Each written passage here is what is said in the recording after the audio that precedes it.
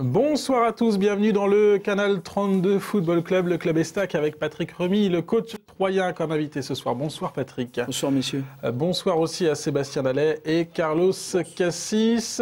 Bonsoir. Bonsoir. Il vous embête déjà Carlos? Ça commence mal. Pour toute question à poser à Patrick, le SMS est là.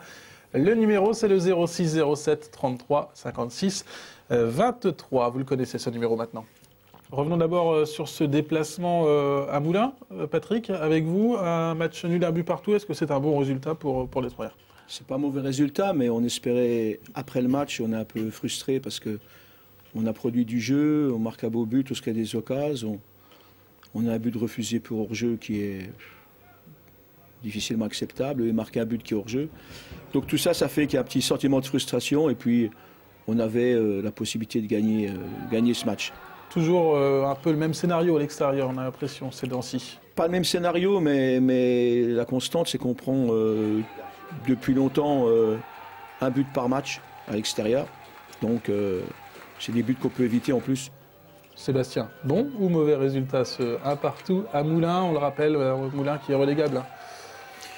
Mais je crois que Moulins était sur une belle série de matchs sans défaite ou de victoires. Donc non, mais comme dit Patrick, c'est dommage de prendre toujours un but à l'extérieur, ce qui permet de rentrer et de ne pas pouvoir faire la diff et de rentrer avec un match nul. Maintenant, tant que c'est un match nul et puis que les Stacks continuent à gagner à domicile, c'est ce qu'on dit depuis le début, c'est limite un parcours de champion. Donc voilà, c'est vrai que c'est toujours bien d'essayer de profiter d'un faux pas du quatrième, même si aujourd'hui le nombre de points d'écart avant ce déplacement à Évian est quand même assez important. Regardons maintenant les résultats de la 29e journée de National avec justement la nouvelle victoire d'Évian, cette fois du côté de Gueugnon, Créteil et Reims cale encore, à noter la défaite hier soir en match en retard de Beauvais également du côté de Gueugnon, c'est une bonne nouvelle pour l'Estac. Au classement, l'Estac est deuxième et prend de l'avance sur Créteil, le quatrième. Quels seraient les mots pour qualifier ce championnat national, Patrick? Il faut être... il est difficile. Il est difficile parce qu'on parlait justement d'Évian, on parlait de Moulins. Moulins a battu Créteil. Créteil perd chez lui contre Rodez. Reims ne gagne pas chez lui contre Cannes. Contre Fréjus-Saint-Raphaël, perd contre Fréjus-Saint-Raphaël. Oui, il y a 15 jours. Voilà. Donc c'est compliqué. Nous, on fait pas trop de faux pas. On en fera peut-être encore un ou deux, j'espère au minimum. Mais quand on est constant, c'est intéressant d'être régulier. On peut avoir chaque équipe, on le voit dans tous les championnats mondiaux ou européens, il y a toujours un passage à vide où on peut prendre 3 points en 5 matchs, 2 points en 5 matchs. Mais c'est le lot de toutes les équipes parce que c'est impossible de rester au top tout le temps. Donc ce qui est intéressant, c'est de faire une bonne analyse de la situation, surtout quand les résultats sont moyens, et puis travailler tous les jours, travailler. Patrick, vous étiez déjà venu sur le plateau de Club Estac début août, le 5 août exactement. Nous étions tous bronzés à l'époque. Carlos était même en vacances. C'était juste donc avant le coup d'envoi de la saison. On va vous réécouter ce soir là sur Canal 32. Je sais que comme ça, dans ma tête, j'ai une pensée pour 70 points. 70 points, c'est 18 victoires, c'est 16 nuls et 4 défaites. C'est à peu près ce qu'il faut pour être dans les 3 premiers. Mais aujourd'hui, on est à 0 points, comme Niort il y a un an. Et Niort était, et je l'ai dit au président, nous sommes plus près, l'Estac est plus près de la CFA que de la Ligue 2 aujourd'hui.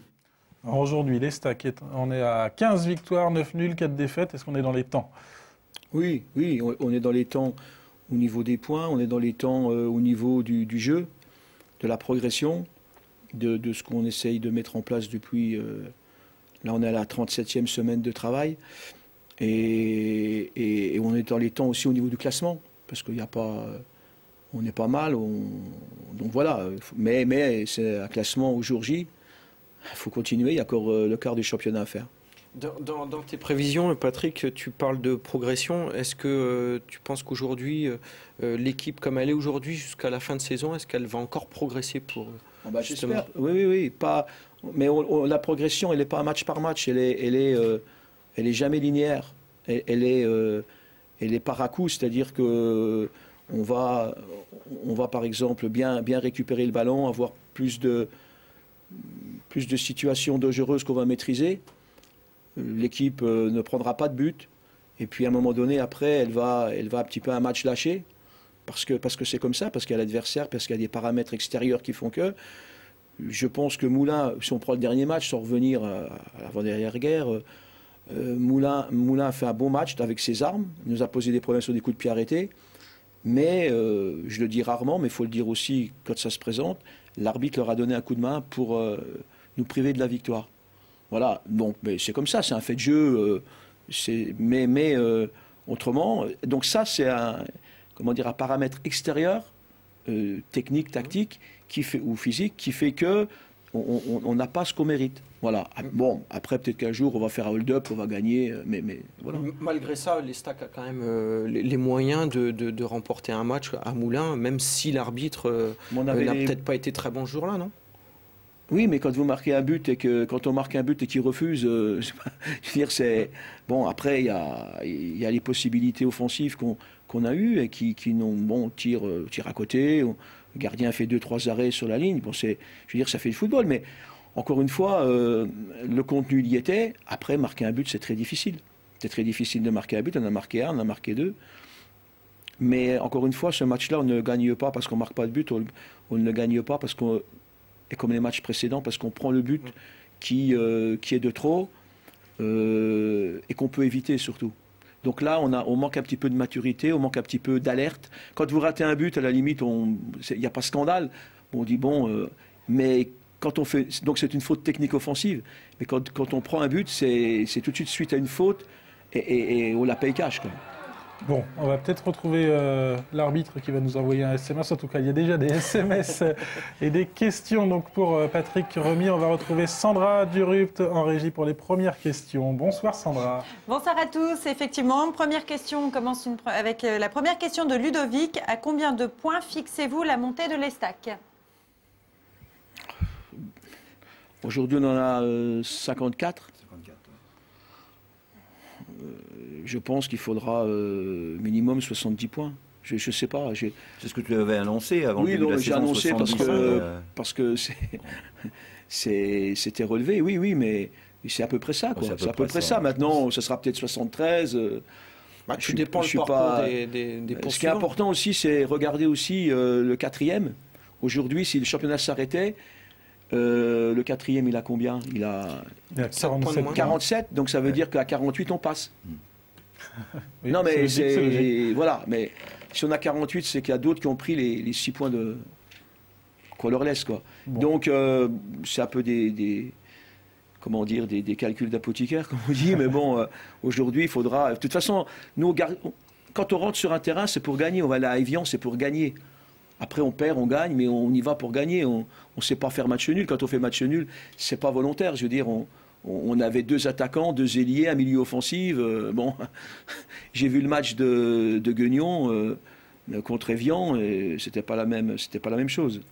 Bon, nous on était à Moulins avec la volonté sur le terrain de mettre en place une animation pour gagner. On parlera du match face à Évian en fin d'émission. On va continuer à parler du championnat et même du groupe. Comment vous le sentez, ce groupe? Comment le qualifier, ce groupe troyen? Au début de saison, il était sain déjà, et puis c'était dur, il y avait un gros travail. Je l'ai dit, le premier objectif qu'il fallait, c'est pas parler de football, c'est faire un groupe. Et je pense qu'on a bien réussi avec le président, avec tous les composants du club. J'ai éliminé 2 joueurs, il y en a 3 qui n'ont le contrat pas renouvelé, et 5 qui sont partis, 1 qui a arrêté, et 4 qui sont partis, qui jouent la tête en Ligue 2. Donc il y a eu des événements qui ont fait, surtout budgétaires, qu'il y a beaucoup de joueurs sont partis. Et après, on a essayé de construire un groupe sain avec 3 recrues de National ou de CFA. Et on voit très bien que l'atmosphère, la vie du groupe est très importante. C'est quand même le terreau pour faire quelque chose d'intéressant. Et le groupe, je pense, vit bien. Il y a des problèmes tous les jours, des petits problèmes qu'on résout. Mais le groupe vit bien. Et... Des problèmes qu'on trouve dans n'importe quel groupe de footballeurs, tout simplement, c'est ça? Non, pas du tout. Ah bon? Non, moi je connais bien les groupes, c'est pas du tout ça. Ah, alors là, par exemple, l'année dernière, il me semble que c'était pas ça. Donc, si on regarde le même club avec un groupe différent, si j'ai bien entendu, le groupe n'était pas très sain l'année dernière. On va retrouver Sandra Durup qui a une question à nouveau justement sur ce groupe troyen en général. Oui, et c'est une question de Pam Pam de Clairet qui voudrait savoir, alors comment expliquez-vous que l'Estac n'ait pas recruté plus lors du mercato? On n'avait pas les moyens, tout simplement. Si on avait pu recruter comme Cannes Kohler ou Beauvais 3 joueurs ou Evian Adnan, ils ont 28 joueurs, 28 joueurs Evian. J'ai eu une personne d'Evian tout à l'heure. Ils ont 28 joueurs, il ne sait pas comment faire composer l'équipe tellement il y a de bons joueurs à Evian. Bon. Voilà. Oui, pourtant, il y a eu des bonnes recrues, même si ça doit être un gros regret pour vous. Ronny Rodelard, par exemple, avec sa blessure, ça doit être des pros. Mais on le savait, c'est un petit peu un cas particulier de recrutement. On l'a pris blessé, c'était lui ou personne. Donc c'était un petit peu un joker, un coup de poker, quoi. Sur le groupe, il y a des joueurs qui sortent du lot, clairement, selon vous, dans ce groupe troyen. Dans quelle mesure? Au niveau sportif, au niveau encadrement? À la fois au niveau sportif, pour commencer, pourquoi pas? Qui sort du lot, non, parce que nous, aujourd'hui, il n'y a personne qui fait la différence. Je pense qu'il y a une équipe où tout le monde amène de Quentin à Couzard, en passant par l'ailier droit, l'arrière droit, où tout le monde apporte son écho, et entre un gardien et un avançant, c'est deux postes tout à fait différents.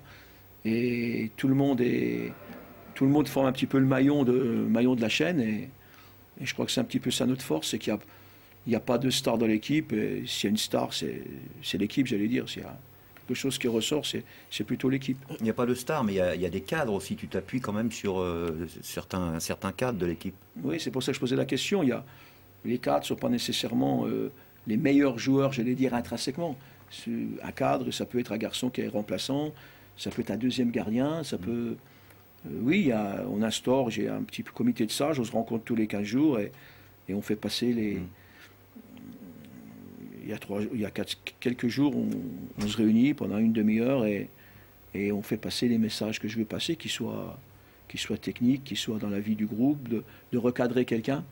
Donc c'est certains qui s'en chargent. T'aurais aimé avoir un ou deux joueurs justement qui puissent faire réellement la différence, puisque tu parles plus une notion de groupe qui amène chacun sa petite touche. Mais il y en a qui font la différence. Il y avait, je pense que...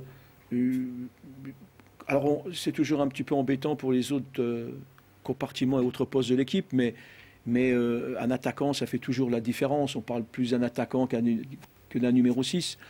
Mais c'est vrai qu'avoir du buteur, même si maintenant Claudio sur le côté droit apporte en termes de but et de passes décisives. Claudio Beauvu. Claudio Beauvu, oui. Je crois qu'on est l'équipe qui avons, quand on démarre un match, tous les postes offensifs, les 5 postes offensifs, même il y a des joueurs qui marquent entre 3, 4, 5 buts, 9 buts, 11 buts. Donc c'est intéressant.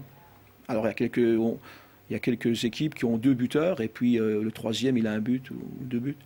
C'est vraiment cette notion de groupe qui est importante cette saison. On va dire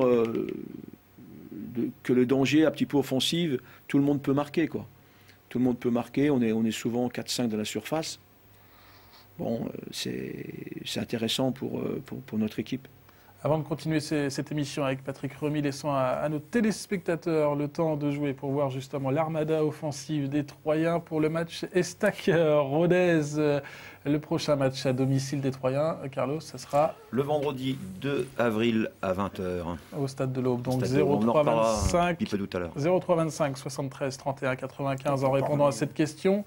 Quel club breton Patrick Remy a-t-il entraîné avant de venir à l'Estac? Je m'enrhume un petit peu. L'air de la Bretagne arrive ici. Voilà, allez, on va passer aux échos de Carlos et ça commence par des nouvelles du déplacement de supporters du côté d'Évian-Thonon-Gaillard. Oui, les supporters se mobilisent pour ce match de vendredi soir à Thonon.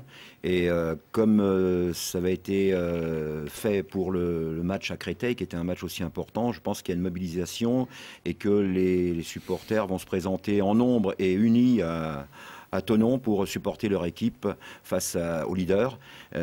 Donc je sais que 4 clubs de supporters se sont réunis pour aller à Thonon et chanter d'une seule et même voix comme ils l'ont fait à Créteil. Donc j'encourage tous ceux qui voudraient profiter de ce déplacement à se rapprocher bien sûr des 10 clubs de supporters.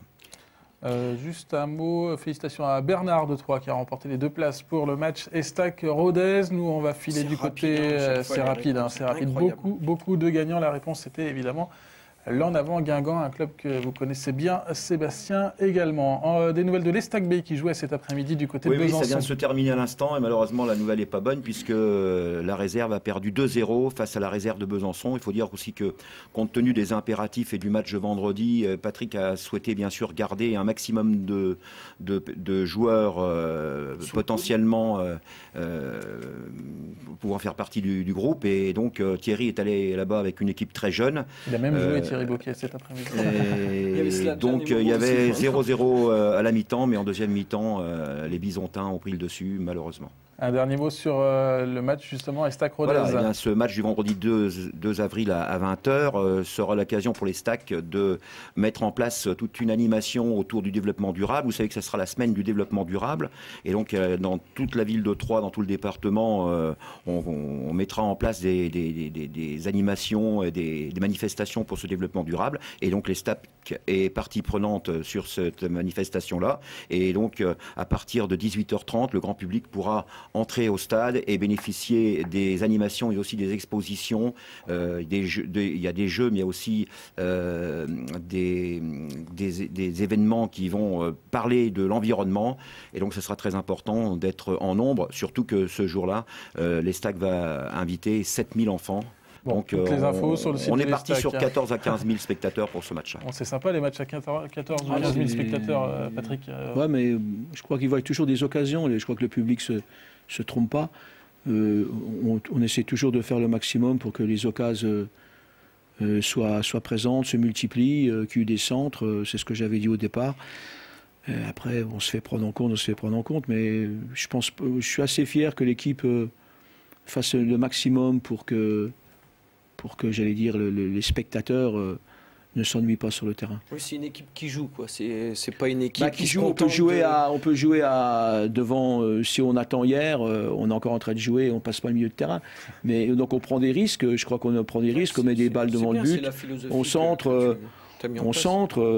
Bon, encore une fois, le dernier match à Moulins, on y était avec 2 ailiers, 2 avant-centres. Bon, c'est quand même intéressant, quoi. Je veux dire Et à domicile, on essaie de passer sur les côtés. On parlait de Rodelin, les 2 buts qu'il met, c'est 2 centres, un ballon dévié. Il y a eu un centre, il coupe au premier poteau, corner, bon voilà. 3e pareil, donc c'est bien. Vous, personnellement, vous êtes bien dans ce club de l'Estac? Vous avez connu pas mal de clubs maintenant. Caen, Sedan, Guingamp, le club de l'Estac. Un entraîneur, quand il entraîne, il est toujours bien. Maintenant, il y a un environnement que je connaissais un petit peu. J'ai passé 3 ans à Auxerre, je suis de l'Est, de Metz. Moi, j'aime bien cette ville de Troyes. Il y a des très bonnes installations. Bon, c'est vrai que 70% de ma journée, je la passe dans le football. Mais bon, voilà. Donc, c'est très bien. Et le football, c'est vraiment une passion. Hein. Les soirs de match, on vous voit... ça a même été à l'origine notamment de plusieurs expulsions cette saison. Ça a toujours été le cas du côté de Patrick Romy? Plusieurs expulsions, non. J'ai été expulsé une fois. Une fois du côté de... Et injustement en plus. Hier. Mais je me suis mis 6 matchs après quand même, il faut le savoir. 6 matchs. J'ai pris 3 matchs et je me suis mis encore 6 matchs supplémentaires. C'est plutôt intéressant d'avoir justement cette vision. Donc, ils m'ont pas mis assez. Et j'étais mieux première mi-temps.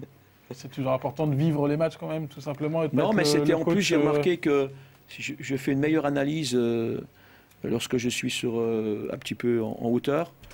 Et après, on peut rectifier à la mi-temps et c'est pas mal. Ça apporte des plus. Et puis après, Bon, le dernier match, j'étais au bord du terrain. Ce style de management, justement, c'est ce qu'on retrouve notamment en Angleterre, où les entraîneurs prennent un peu plus de recul. C'est-à-dire que la configuration des terrains fait que le banc de touche, il se déplace à 20, 25, il y en a 10 sur le banc, 12. Et ils ont des mini-tribunes qui sont quand même pas dans la tribune où moi je suis au stade de l'Aube, mais ils sont à 5-6 mètres de la ligne de touche. Et souvent, on les voit descendre 3-4 marches et être au bord du terrain. Bon, moi, si je suis dans les tribunes, je suis dans les tribunes et je reste calme. Dans la tribune avec le talkie-walkie ou le... Non, ça peut être... Ben, moi, je l'ai, ouais. Ouais. Mais bon, je crois qu'un entraîneur, il doit quand même près de ses joueurs. Mais même si on pense qu'on sert beaucoup en criant, mais... Ce qu'on voit au rugby,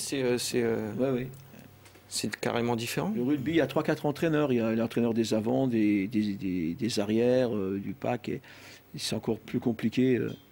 C'est encore plus différencié dans le travail. Mais moi, je trouve que c'est pas mal de temps en temps d'aller dans les tribunes la première mi-temps. Et s'il y a quelque chose à rectifier, de passer un petit coup de talkie-walkie. Donc du côté d'Évian-Thonon-Gaillard, du côté de Thonon, vous serez quand même sur le bord du terrain. Oui, parce qu'il y a une piste et là, je serai au bord du terrain. Un mot sur ce match, un match important ou un match comme les autres? Alors, c'est pas un match comme les autres parce que c'est le premier contre le deuxième. Mais... il n'est pas moins important au niveau, ou pas plus au niveau point, parce que si on fait match nul, on peut dire que c'est un bon résultat, mais en fin de compte, ça va être qu'un point en fin de compte. Ils ont 6 points d'avance, je ne sais pas si on les retrouvera, mais ce n'est pas très important. Ce qui est important, c'est qu'on montre qu'on soit dans la continuité, qu'on n'eut pas peur, qu'on sorte surtout du match sans regret. S'ils sont meilleurs, ils nous battent, ben c'est comme ça, je veux dire, c'est pas un gros problème s'ils sont meilleurs. Par contre, si nous on montre quelque chose, il faut qu'on concrétise. Justement, à propos de ce match face à Évian, c'est un peu le même discours qu'on va écouter, c'est celui de Nicolas Gousset, l'ex-attaquant troyen du côté maintenant d'Évian-Thonon-Gaillard, une interview enregistrée cet après-midi, puisque ce soir, Nicolas Gousset se prépare déjà pour la rencontre. On écoute ça. Ce qu'on regarde surtout, c'est l'écart avec le 4e surtout, donc c'est surtout ça. Mais bon, après, c'est sûr que si on venait à faire un bon résultat contre 3... on jouerait la place de leader, bien évidemment, jusqu'au bout.